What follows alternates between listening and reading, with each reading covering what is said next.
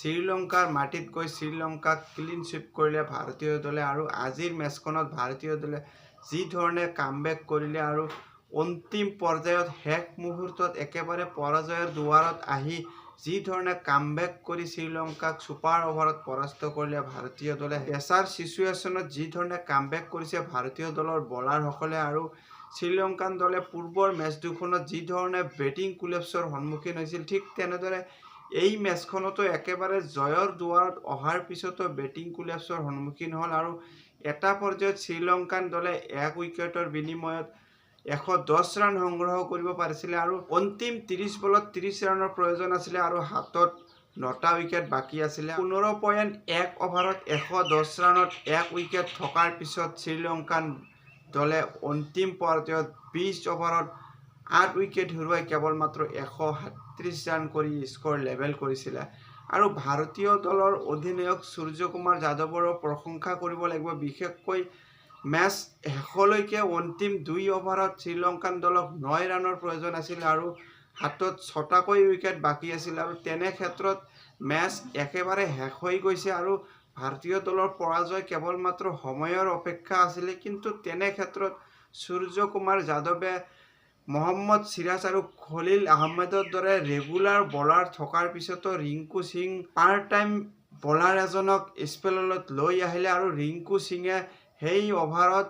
3 run ব্যয় কৰি 2টা গুৰুত্বপূৰ্ণ উইকেট লৈছিল আৰু ৰিংকু সিঙৰ এই অভাৰতে যেন মেচ সম্পূৰ্ণৰূপে শিফ্ট হৈ গৈছিলে আৰু মেচৰ সকলো মোমেণ্টাম যেন সেই অভাৰতেই আছিলে আৰু ৰিংকু সিঙে যেতিয়া 3 ৰান ব্যয় কৰি 2টা গুৰুত্বপূৰ্ণ উইকেট লৈছিল আৰু তাৰ পিছতেই অন্তিম অভাৰত 6 বলত 6 ৰানৰ প্ৰয়োজন আছিল শ্ৰীলংকান দলক এনে ক্ষেত্ৰত সূৰ্যকুমাৰ যাদৱে নিজে বলিং লৈ আহে আৰু সূৰ্যকুমাৰ যাদৱে T20 আন্তঃৰাষ্ট্ৰীয় ক্ৰিকেটত কেতিয়াও বলিং কৰা নাছিলে আৰু প্ৰথমবাৰৰ কাৰণে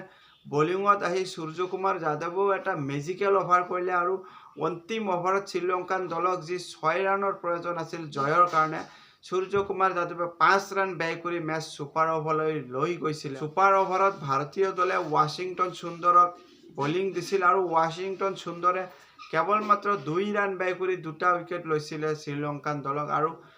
3 ৰানৰ লক্ষ্য আগত লৈ ছুপাৰ অভাৰে ভাৰতীয় দলৰ জয়ৰ কাৰণে কেৱল মাত্ৰ এটা বলৰ প্ৰয়োজন হৈছিল আৰু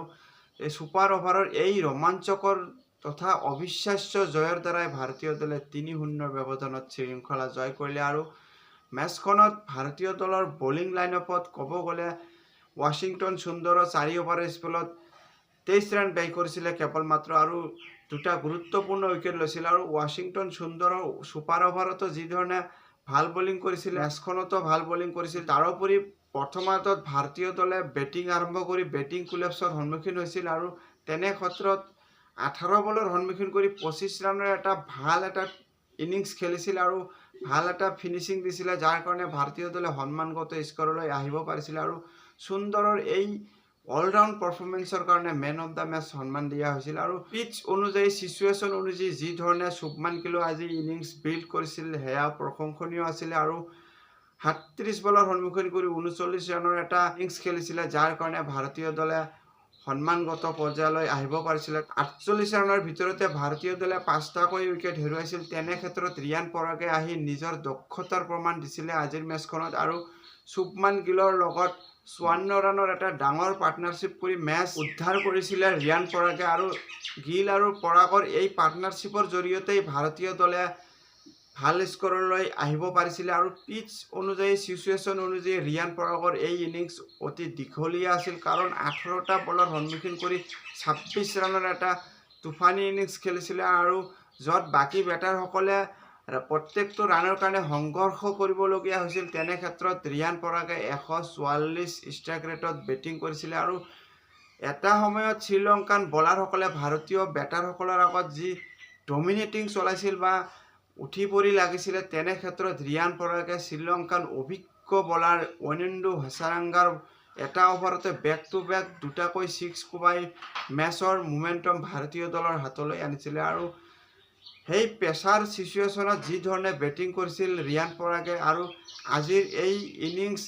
সৰু আছিল যদিও এই ইনিংছৰ জৰিয়তে ৰিয়ান পৰাগৰ বহুত দক্ষতা দেখা গৈছে আজিলৈ মেচ প্ৰিভিউ এয়াই আছিল ধন্যবাদ।